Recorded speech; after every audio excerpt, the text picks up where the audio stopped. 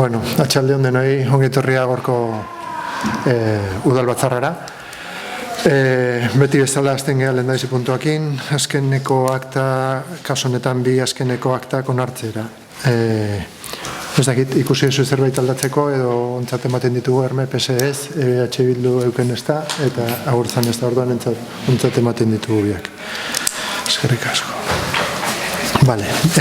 Bigarren puntuan, beti bezala, alkatetza eta zinegotzi ordezkarien ebazpen berri ematea. Herme zerbait galdetzeko puntu honetan, euken, zu zerbait bai? Bai. Horre.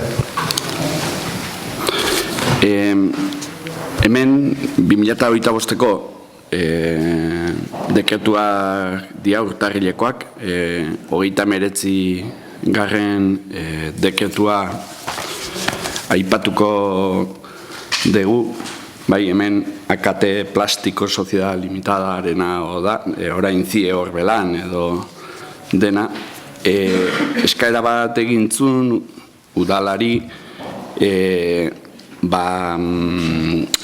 MLC-ek egindako pareta baten gainean edo, bai.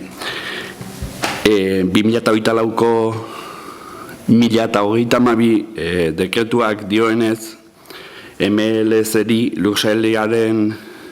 lurzatiaren perimetro itxitura bat jartzeko baimena eman zitzaion, 4.231 sarrera zenbakia duen 2024ko azaroak 14an egindako sarreraren ondoren. Obra txikiaren lizentzia emateko baldintza orokorretan jabetze eskubidea kontuan izan gabe eta hirugarrenei kalterik egin gabe jartzen du, beste askotan jartzen duen bezala. Ikuskatzen ibili ondoren, bi enpresak epaiketetan dabiltzala jakinda eta udal gobernuak bide berdinetik sartu atera egiteko urtebeteko baimena eman ondoren MLC-eri, naiz sartu atera bide beretik ez egitea zen baldintzetako bat aktibitate lizentzia hori emateko, guk argi daukagu zein izan den perimetro ixtearen arrazoia. Hormigoizko itxiera honek, zie horbelani, hau da lehen akate plastiko zenari, kalteak sortu dizkio, fabrikako irteera batzuk oztopatu dizkiolako, eta larriena da larrialdi irteerak hormigoizko blokeekin trabatu dizkielako. Hemen dekretu honen arabera gu enpresa pribatuen arteko liskarretan ez geha sartzen, baino guk eman diogu baimena enpresari pareta horiek eta jartzeko, beti ere hirugarren bati kalterik ez sortuta, ez. Bestalde, beste 5 dekretutaz hitz egin nahi dugu. Dekretu horiek dia 2025koak dia denak, 166, 170, 175, 176 eta 177. Kalte ordainak eskatzen dizkigute, zenbaitzu herritarrek, lurzoruaren eta espaloien egoera gatikan, eta gertara horrek sortu dizkien arazo ekonomikoak eskatuz. Galdera izango litzake ea lurzoru horiek eta espaloiek konponduta dauden orain, ze gauza bada tramitatzea, eta beste gauza bada ze egoeratan dauden lurzoru horiek. Lehen eta orain egoera ona den ala ez. Eta bestalde ikusi deguna ere da 2022ko eskaerak daudela. Osea, urriak 13an eta 2022an 177 dekretua. 176a da abuztuak 2koa 2023koa. 175a abuztuak 17koa, baina 2023koa ere. Eta bestea, 170 2023ko abuztuak 17koa. Bat 176a bai da, azaroak 29koa. Plazo handiak ikuste ditut, ez dakit ze plazo hori dan dokumentazio falta gatik edo zein izan dan arrazoia. Gatu eso? Bueno, lehendabizi puntuan, akate plastiko zena ez dakitze galdetzen dezu. Errepikatu dezakezu? Bai, akate plastikoz, guain zior belan danak, eskaera bat egin zuen, udalak parte hartzeko MLC-ek egin dionaren arira. Eta gure ustez, nola esaten dan, sin hacer daño a terceros, hor, azken binean, zuri larrialditako irteera iste horrek, enpresak aldatu dezake larrialdietako irteera, ziur. Baina momentu honetan, bere larrialdi irteera, eta hori pentsatzen dut, registratuta eukiko dula, itxi diote bloke batekin.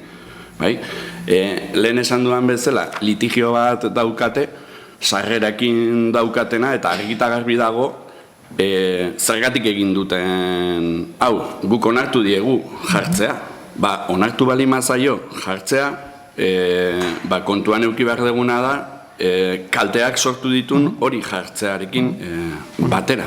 Gainea, fabrikaren pare-parean jarri dute, ez dago ia distantzirik. Pentsatzen dut lursaila horrela banatuko zutela, eta perimetroa esaten danean, ez da perimetroa itxi dutena, baizik justu fabrikari dagokion zatia. Baina galdera zein den? Galdera da, guk egin dugu dekretua, ez gehala sartuko bi enpresen arteko liskarrean, baino eske ez da bi enpresen arteko, guk ez dugu enpresa baten edo bestearena begiratzen.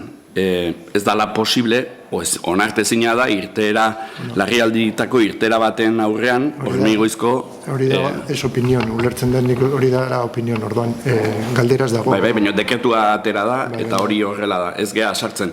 Baina, esan dezaket, beste bi partikularren arteko tartean sartu geran kasuak, nahi batzu aipatuko izut, Belondora joan naiteke edo beste leku batzuta. Orduan, batzutan sartzen geha eta beste batzutan ez. Kasu honetan, guk usten dugu larrialdia, larrialdi irtera bat. Ez geha esaten nahi, gainuntzekoa, hola egin diote, baina larrialdi irtera gutxinez momentuan beste fabrikak larrialdi irtera aldatu arte gutxienez, ez genuke, sartu beharko genuke tartean gure ustez. Hori da. Hori, zuk esan dezu la palabra cable, gure ustez. Orduan, hay unos técnicos que han dado el permiso, lo corroboramos desde la alcaldía, entonces entiendo que, como tú dices, bien dices, la licencia ha estado sin esto terceros, sin perjuicio de terceros, entonces lo tendrá que dilucidar un juez. Entendemos que está bien dado y por eso lo hemos firmado así. Respecto a lo de las reclamaciones, estás mezclando lo de Belondo. Lo de Belondo estábamos hablando de un camino público que entonces sí que tenemos que ver, entonces por eso hemos entrado. Y lo de las reclamaciones patrimoniales, el tema de las fechas igual Idoia te puede dar mejor, pero lo que sí propongo es que recogemos todas las anotaciones y te contestaremos por escrito a todas las indicaciones. Vale. ¿Algo más en cuanto al punto 2? Vale, hirugarren puntuan tokiko gobernu batzarrak hartutako erabakien kontu ematea. Berdina, azkenean ez dakit zerbait esateko puntu honetan, Erme? Ez, eta agurtzen ez da? Orduan, edozen momentutan beti bezala argitu ezakegu edozen gauza, eta, aurre. Laugarren puntuan, ja azten geha puntu zehatzekin, mugikortasun plana behin betikoz onartzea. Jakingo duzuen bezala, minutu bat. Lurraldearen eta jasangarritasun energetikoaren batzordean jorratu genuen gaia, hau batez onartu genuen, nik uste dut ondo gondala lanketa, azkenean irun artean akordio desberdinetara iritsi geha, eta nik uste dut oso produktibo izan dela denontzako. Eta horien eta bero, 2024ko urriaren 31ean egin osoko bilkuran onartu genuen hasieran mugikortasun plana, jende horrean egon da, ez dira egon alegaziorik eta ezer, orduan ekartzen dugu hemen onartzeko. Hau esan eta gero, ronda bat irekitzen dugu azaltzeko bakoitzaren posizioa. Mesedez erro. Arratsaldeon denoi. Bueno, en este punto se trata de aprobar definitivamente el plan de movilidad de Urnieta, una vez cumplidos todos los trámites convenientes. En el pleno ordinario del 31 de octubre del 2024 ya dimos los argumentos en relación con este plan de movilidad, al cual nos remitimos y donde se aprobó inicialmente dicho plan. En aquel pleno, bueno, pues argumentamos cuáles eran nuestras propuestas, que creíamos que quedara claro, que le daríamos el visto bueno, pero que quedara claro que había unos requerimientos ahí de unas personas que en su momento hicieron alegaciones y creíamos que había que tenerlas y contemplarlas y hacer mención a ellas, ¿no? Y bueno, dado eso, después de 45 días de exposición pública y no habiendo durante dicho plazo ninguna alegación, damos el voto favorable para su aprobación, ¿no? Yo creo que el que no haya habido alegaciones pues también es importante, y que bueno, que lo hayamos trabajado y que se haya llegado a un acuerdo unánime, pues también es de reseñar, ¿no? Y votaremos a favor. Eskerrik asko. Euken Bilduren posizioa, mesedez. Bai, bueno, hau azkenean mugikortasun plana guztion artean egindako plan bat da, guztiek bere ekarpenak mai gainean jarri ondoren, Ermek dioen bezala dena gustokoa agian ez daukagu, baino plana bere osotasunean onartzen da, eta momentuan iristen danarekin tokatuko da gaiari heltzea edo ez heltzea. Bai, ezkoa esango jogu. Eskerrik asko, egurtzane. Bai, arratsaldeon, gure aldetik ere ados gaudela, notiziona da hiru taldeen arteko akordioa izatea mugikortasun plana onartzeko, eta hurrengo pasuak jartzen ditugun mahai gainean ez, eta pixkat ez dakit plangintza bat egiten dugu, eta lehenengo urratsak edo aztengean ematen. Goratzen dute aurrekontutan bai hitz egintzala hori ez, behintzat bi aktuazio edo aurten egitera, eta martxan jartzen diran. Eskerrik asko, Bertzen. Zerbait gehiago ekitzeko bigarren buelta, berda? Ez, orduan idoia, mesedez, irako. Ondorioz, udalbatzari honako erabaki hauek hartzea proposatzen zaizkio. Lehenengoa, hiri mugikortasun jasangarriaren plana behin betiko onartzea, eta bigarrena akordio hau hirigintza, idazkaritza eta kontu hartzailetza sailei jakinaraztea dagokion ondorioetarako. Aldeko bozkak? Hau batez, eskerrik asko. Bosgarren puntuan, Aranzubi kalean arrapala mekaniko jartzeko eraikuntza proiektuen onarpena. Berdin, jorratu genuen lurraldearen eta jasangarritasun energetikoaren batzordean. Eran obra da rampa mekanikoa jartzea Aranzubi kalean eroskin aldean, eta lau zatitan edo lau rampak izango ditu, eta espero dugu erraztea jendeari hango transitoa edo hango ibilbidea. Berdina, batzordean euki genuen momentuan saltzeko gauzak eta argitzeko gauzak, baina hala ere burronda bat irekitzen dugu, Erme, zerbait esateko punto honetan. Sí, este proyecto de construcción de rampas mecánicas en la cuesta de Aranzubi es sin duda uno de los proyectos más esperados en el municipio de Urnieta. Va a contribuir a desarrollar una movilidad necesaria en nuestro municipio, donde tenemos muchas pendientes. Por otra parte, es un proyecto muy demandado por la ciudadanía en general. Queremos manifestar que este proyecto es parte del acuerdo de legislatura de los grupos de AJ y el PSEE, Y queremos dejar constancia también que es una reivindicación que los y las socialistas de Urnieta llevamos años reclamando, con lo que esto significa y que se va a hacer realidad. Por último, y no menos importante, este proyecto está recogido dentro del plan de movilidad que acabamos de aprobar en el punto número 4, o sea que ya lo empezamos a poner en marcha, que creo que es importante también. Por todo ello, nuestro grupo le va a dar un rotundo sí a la aprobación del proyecto de rampas mecánicas en la Cuesta Aranduzubi. Eskerrik asko. Euken, etxe bilduren posizioa mesedez. Guk lehendabizi argi eta garbi utzi nahi dugu arrapala honen aurka ez gaudela, baino alde egoteko azterketa gehiago egin beharko liratekela ere argi eta garbi esaten dugu. Mugikortasun plana onartu berri dugu behin betikoz. Hau horrela izanik arrapalak egikaritzeko 1.245.000 gutxi gora berako aurrekontua erabiliko dugu. Aurrekontu hau, aurrekontu osoaren ia euneko 10 izanik badu bere garrantzia. Gure kezka, batzordean esan genuen bezala mantenua da.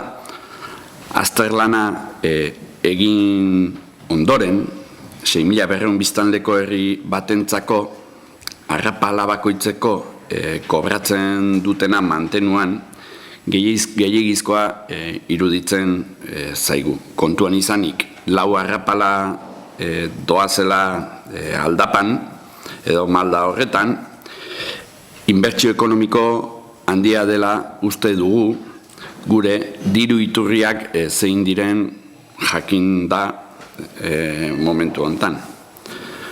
Urteak pasa dira arrapalaren proiektua mahai gainean zegoela, eta ez da kasualitatea orain mahai gaineratzea. Hau da, EAJ eta PNV ordaindu behar duena PSE-ren baiezkoa eta isiltasunaren trukean. Hala ere, abstenitu egingo gara. Agurtzen jotaren posizioa mesedez. Bai, gu aldeko bozka izango dugu, guretzako ez da PSekin egindako akordioaren ondorio bat, hau onartzea edo ez. Herritarrek eskatutako proiektua da, aspaldikoa, guk ere proiektu honetan sinesten dugu talde bezala, eta zuk esaten dezuna ez da egia, gure programan ere badago. Orduan, irisgarritasun planaren baitan dago, handiz hartzen dugu aurten egin alizatea proiektua, zezuk izaten duzun bezala gure aurrekontuaren partidarik haundina izango da proiektu hau. Eta gogo handiz hartzen dugula aurten egin alizatea.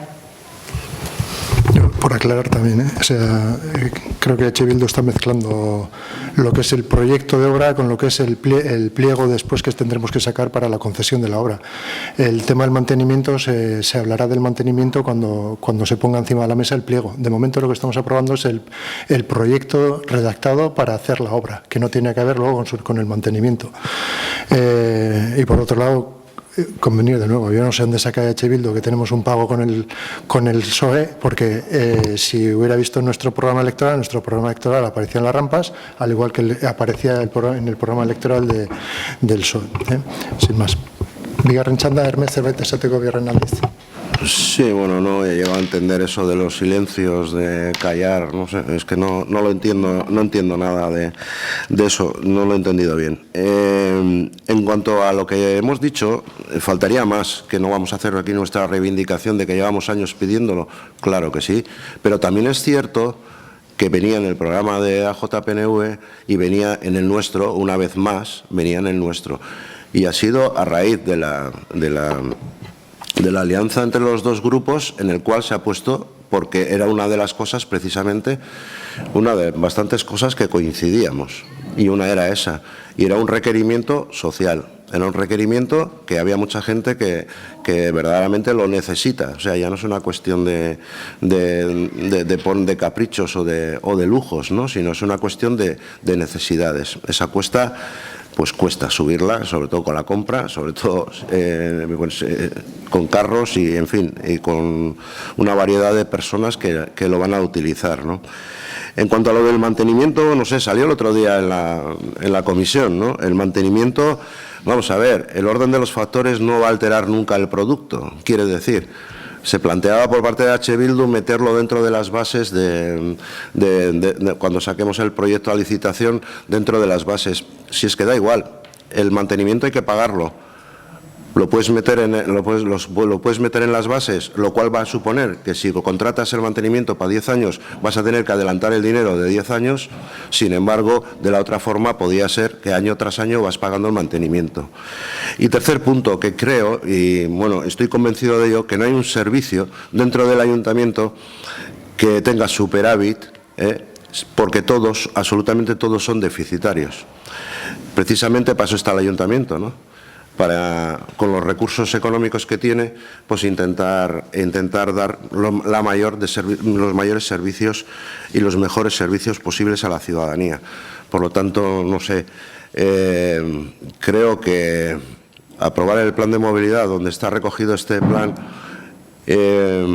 y no estar de acuerdo con él cuando ya viene recogido, además tal y casi como va a ser, como es el proyecto. Entonces, bueno, es un poco una contradicción, ¿no?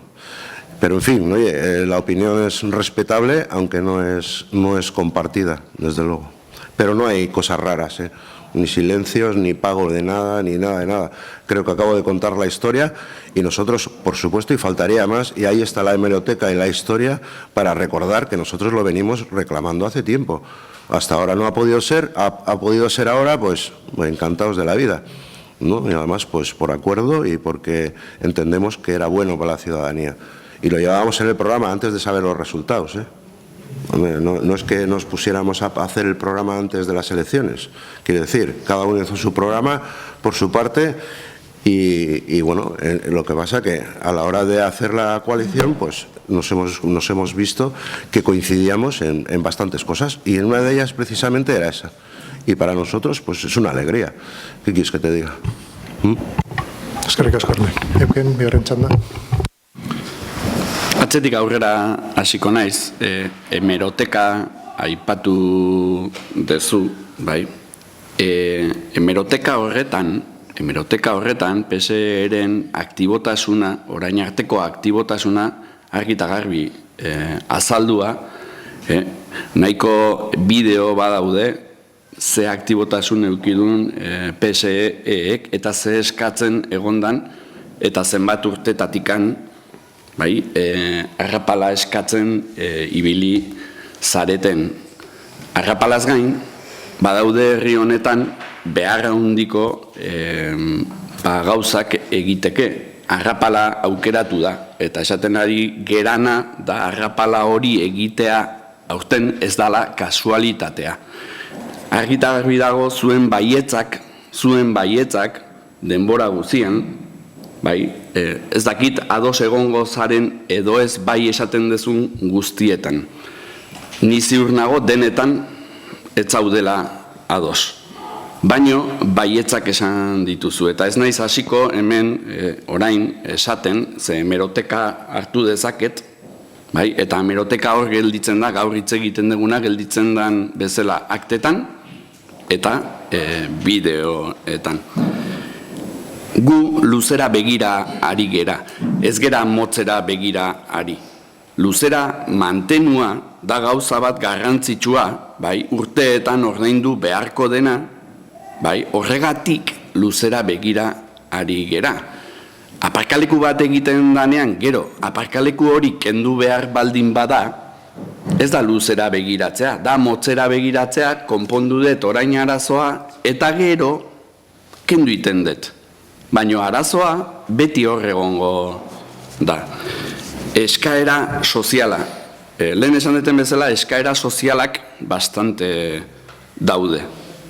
Bastante daude eskaera sozialak, ez arrapala bakarrik. Eta malda handia diozu, Urnieta, bai, Urnietaren erliebea maldatxua da. Ez da hori bakarrik, hor bakarrik ez dago, malda, bi astensore jarri dira, orain arrapala jarriko da, ze egingo dugu rengoan, agian, Xoxoka aldera o Goiburu aldera igo behar dutenek, edo Lasarte aldera igo behar dutenek, igual arrapala beharko dute, oinez joaten dianean, etxera iluntasunean aukera eduki dezaten ere oinez ez joateko eta arrapalak erabiltzeko. Eta arrapala horiek herri guztiak ordaintzen ditu, defizitarioa esan dezu, noski defizitarioa, ez dago ezer defizitarioa ez denik. Bueno, gauza gutxi. Bueno, bai, esan duzu, hau ere beste gauzak bezala defizitarioa izango dela, eta azkenean herriak ordaintzen duela. Konparaketak, hemen konparaketak asko egoten dira, eta konparaketak egiten ditugu maiz beste herrietan zer egiten dan, zer ez dan egiten, konparaketetan sartzen balimagea, konparaketa guziak sartuko ditugu. Eta esan deguna, horrela, gure iritzia horrela delako eta horrela ikusten degulako. Eskerrik asko, hortzen ez zerbait gaitzeko. Ez, nik gauza asko zatekorik ez, gauza da ez degula zaila da ulertzea nola alde batetik irisgarritasun plana onartzea eta hau batez denago lartzea, eta bestetik irisgarritasun planen baitan dagoen proiekturik potoloena edo handinetarikoa ez onartzea.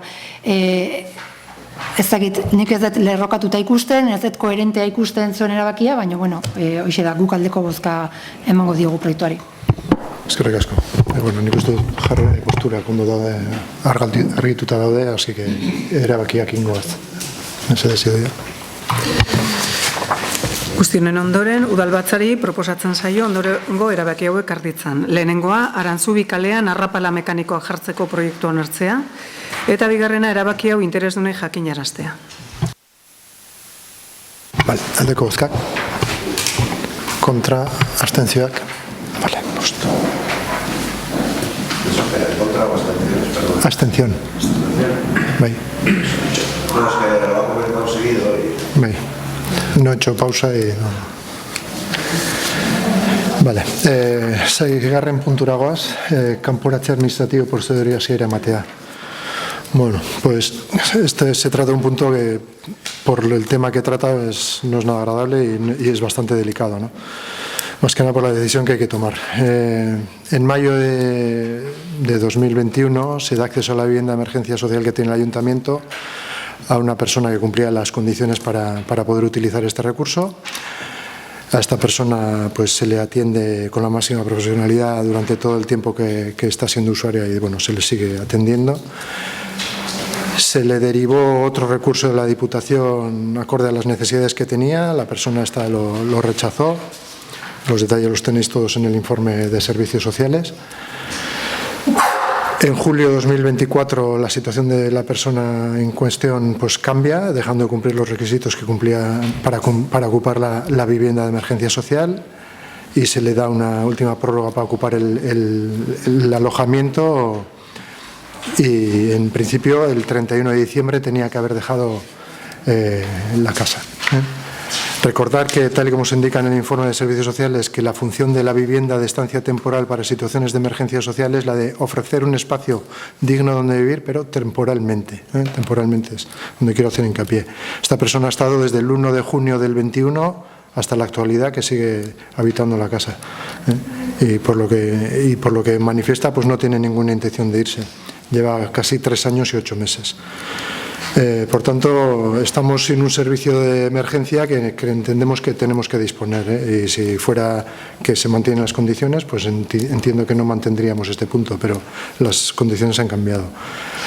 Se le intenta ayudar de diversas maneras y esta persona ha rehusado estas ayudas. Entonces, creemos que dada la situación actual es nuestra obligación recuperar este recurso para poder así atender a otras personas que lo pudieran necesitar. Evidentemente a esta persona se le va a seguir prestando ayudas de servicios sociales, pero evidentemente fuera de esta vivienda. Entonces, lo que optamos es por poner en marcha este desahucio administrativo.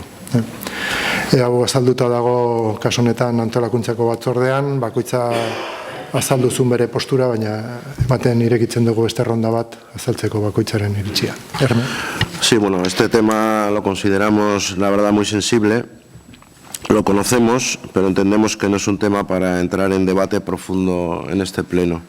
Opinamos que es una cuestión que podríamos incurrir también en cuestión de protección de datos. Es por eso que nos remitimos a los informes, tanto al técnico como al jurídico, donde queda reflejado claramente todo el expediente. Que acompañan a este expediente, con los cuales estamos de acuerdo y que compartimos.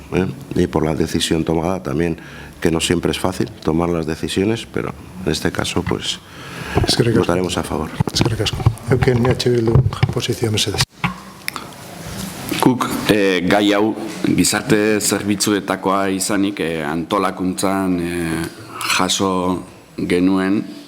Antolakuntza batzordea otsailak 19 egintzen, eta egun batzuk lehenago dokumentazioa e-mail bidez bidali ziguzuen, eta gero paperean ere. Hori esan da, gu batzordean abstenitu egin ginen, eta aktan konturatu naiz aurka jartzen dula bozkatu genula. Hori alde batetik esan genuen ez geneukala nahiko datu eta abstenitu egin ginen. Gaurkoan ezezkoa esango dugu, baino gehien bat moduen gatik ez. Egoera zaugarrian aurkitzen den pertsona batetaz ari garela kontuan izanik, gaia ez da debate batean sartzeko, eta gaia tentuz hartu beharrekoa dela uste dugu. Badakigu hasierako egoera aldatu dela, baino zaugarria izaten jarraitzen du. Aipatu dira, aukerak eman zaizkiola, testuan, dokumentuan, idatzian azaltzen dira, baina gu orain gutxi enteratu gehan zerbait izanik, gure ekarpenako, gure eritziak, asko berriro ere asko ez dula balio, iruditzen zaigu, berriro ere irudipena da, eritzia da. Tamalez, betiko moduan gai honekin ez dezute gurekin zintzoki jokatu. Gizarte zerbitzuetako gaia izanik esan dugun bezala antolakuntzan ekarri zenuten eta orain plenoa udalbatzara ekarri dezute gaia bozkatzeko, guk zer esango dugun jakiteko edo, oraingoan ezetza esango dugu.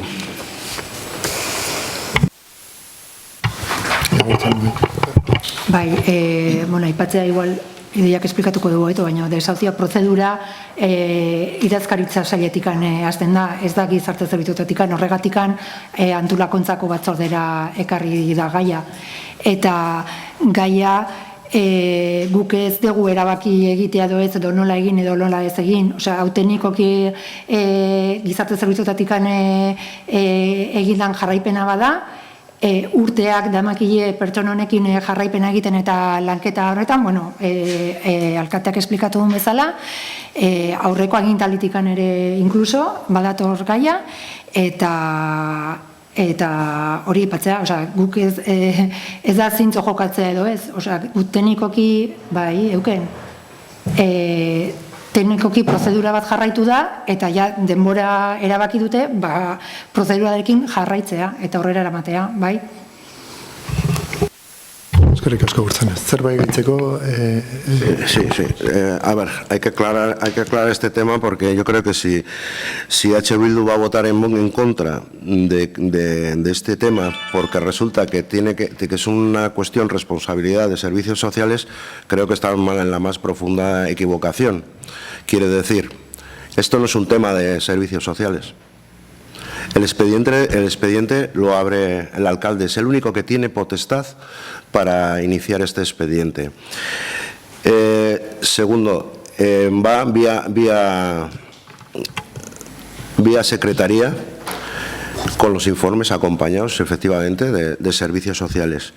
Y se trata y se tiene que tratar en la comisión de organización. Es así. No lo hemos inventado nosotros. No es una cuestión de yo opino o dejo de opinar. Es una cuestión de que esto se llevan los trámites y los trámites hay que cumplirlos. Si no, se hubiera llevado. También, si entendíais que hubiera sido de servicios sociales, ha habido una comisión de servicios sociales en la cual tampoco no habéis preguntado nada. O sea que, quiero decir, pero no se había tratado. Vale, no se había tratado, perdón. Lo retiro. Que no conste en acta. Entonces, creo que esto tiene que quedar meridianamente claro, ¿no? Que tiene que ir por organización y no hay otra vuelta. Y si esa es la opción, o sea, lo que opináis para votar en contra, pues no tiene forma de, no tiene sentido. Y solo quería aclarar eso, que no es una cuestión de servicios sociales.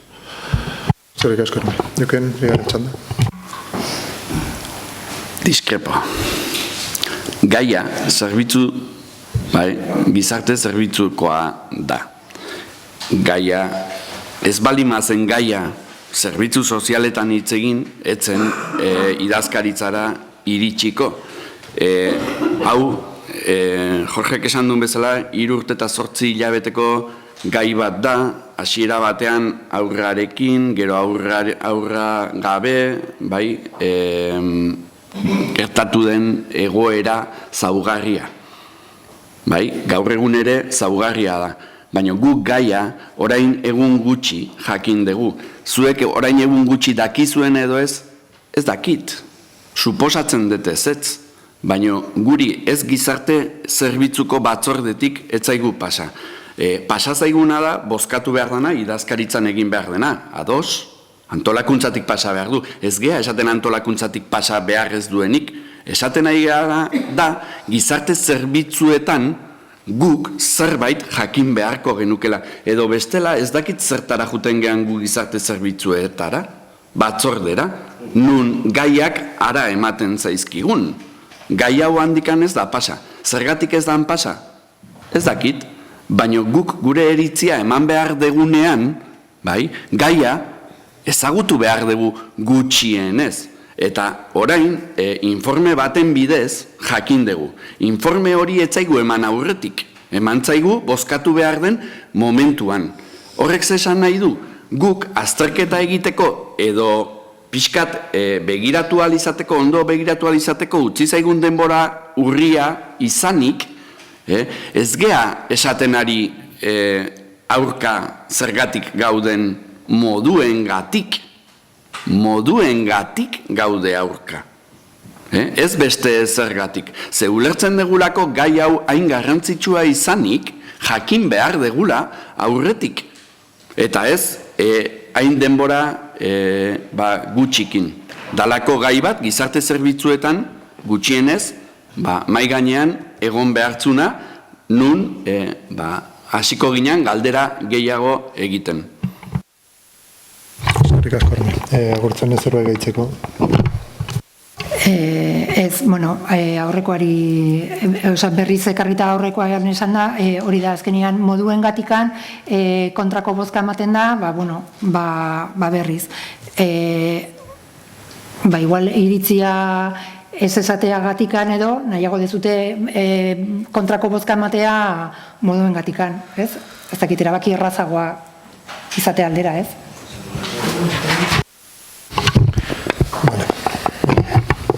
Nik uste dut argi daudela bakoitzaren posizioa orduan bozkatzera goaz. Hasi inporta irakurri. Udalbatzari honako erabaki hau ekartzea proposatzen zaio. Lehenengoa, okupazio eskubidea iraungi ondoren, Maximo Iurramendi kaleko 2. zenbakiko 2. A letran dagoen ondasun higiezinaren utzarazpen administratiboaren espedientea hastea. 2. 10 eguneko entzunaldi epea ematea interesdunari egokitzat jotzen dituen alegazioak egin ditzan, eta ohartaraztea ondasuna usteko gehieneko epea 5 hilabeteko izango dela. Hasteko erabakiaren jakinarazpena jasotzen denetik zenbatzen hasita. Eta hirugarrena, interesdunari jakinaraztea etxea uztearen ondorio sortzen diren gastuak bere kontura izango direla, baldin eta ondasuna ematea borondatezkoa ez baldin bada. Aldeko bozkak? Kontra? Eskerrik asko.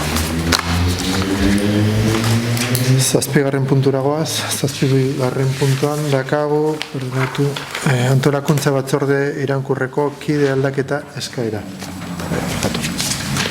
Bueno, jakingo zuen bezala lehengunean jorratu egonelako antolakuntzako batzordean, EH Bildutik eskatzen da kide bat aldatzea, orduan horri aurrea eramaten dugu. Ez dakit zerbait nahi dezu esan puntu honetan, Erme? Ez euken zerbait zante, ez da, orduan mesedez aurrea.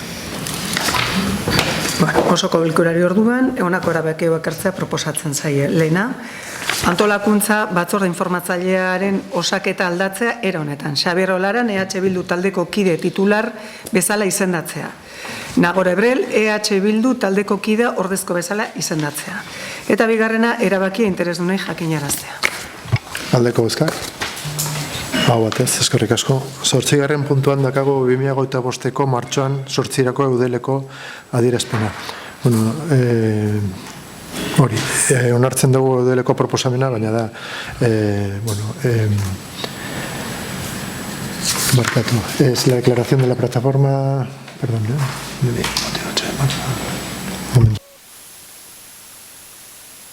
contra la violencia contra las mujeres. Orduan, ez dago ondo lerrokatuta, baina, bueno. Akordio dago, azkenean hartzen dugu eudeleko dokumentua, eta, bueno, adostosuna egonda, hala ere, nahi bezu ez zerbait azaldu edo esan, Erme, ez euken zerbait esateko? Bai, bueno, guk batzordean esan genuen bezala, bozeramaile batzordean, Beijingo adierazpenari aipamena egiten zaio, eta arrezkerotikan, 30 urte pasa dira. Hau, esan genuen bezala, herritarrei arrotza egingo zaie, eta bestalde testua herrira egokitu beharko litzakeela esan genuen. Azkenean, eudeleko testua orokorra denarren babestuko genuela ere esan genuen, eta gaur ere berdina esango dugu babestuko dugu.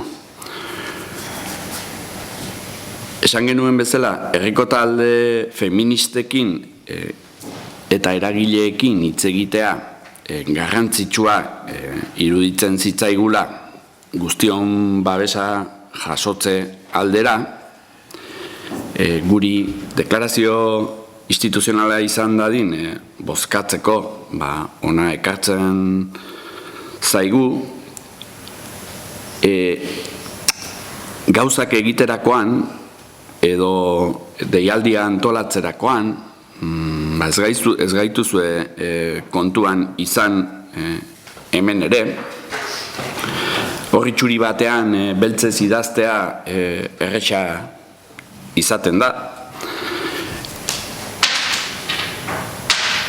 Horregatik, non gelditzen da bigarren puntuan dagoen adierazpena? Bai, emakumeen elkartegintza eta elkarte feministak sustatzea, horien bidez berdintasun politika publikoetan emakumeak solaskideak izan daitezen eta eragin dezaten. Puntu hau hemen idazten da, baino herriko talde feministekin hitz egin dugu, gure ustetan ez. Hablar de opinión, gure ustetan, osea, bueno, sin más, aurrea gurtzen zure posizio. Ez, gure aldetikan aipatzea, eudeleko testua babesten dugula, Irun talen arteko akordioa izan dela gainera, eta herritarrak gonbidatzea, noski martxoan 8 inguruan baitan egingo diren ekitalitara herrian bertan gelditzeko eta herrian bertan parte hartzeko ekitaldi horietan, besterik ez. zerbait gaitzeko, Erme, euken horre. Bai, aldatu egingo dut, gure ustetan ez. Ez da hitz egin talde feministekin. Gortzan egiaren txanda. Bai, pixkate aklaratzeko elkarrateratzea bere haiekin adostu da ordutegia, ze arazoak zeuden, ordutegia eta inguruan, ez? Orduan, bere haiekin hitz egin da.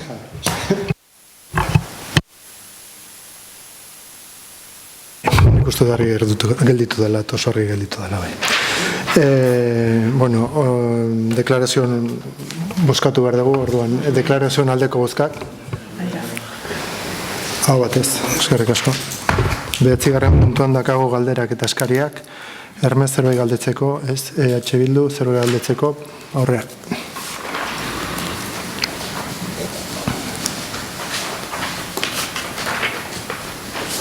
Nik puntuetara atzera egingoet, nola bi aldi bakarra ditudan hitz egiteko. Mugikortasun plana, gu abstenitu ingea arrapalaren kasuan. Horrek inkoherentzia